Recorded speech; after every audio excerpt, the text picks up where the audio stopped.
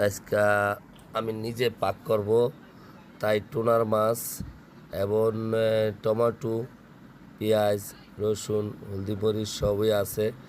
এখন আমরা কড়াইটা দেবো, কড়াইটাতে তেল ডাইলা দিব।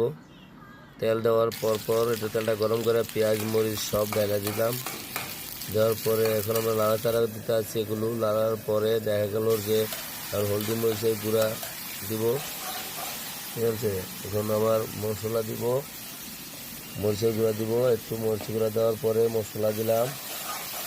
মশলা দেওয়ার পরে এখন আমরা একটু আবার লাগা দিয়ে রাখবো যাতে কড়াইটা তো না লাগে। টমেটোটা দিয়ে দিলাম। টমেটো দেওয়ার পরে হালকা সিম্বল পানি দেওয়ার পরে ডাইকা রাখলাম। আমি একটু ডাইকা রাখলাম। ঢাকার পরে দেখলাম ঢাকাটা উঠলাম, টমেটো নরম হয়ে গেছে। নরম হয়েছে এখন ওই টুনার মাছগুলা, এই মাছ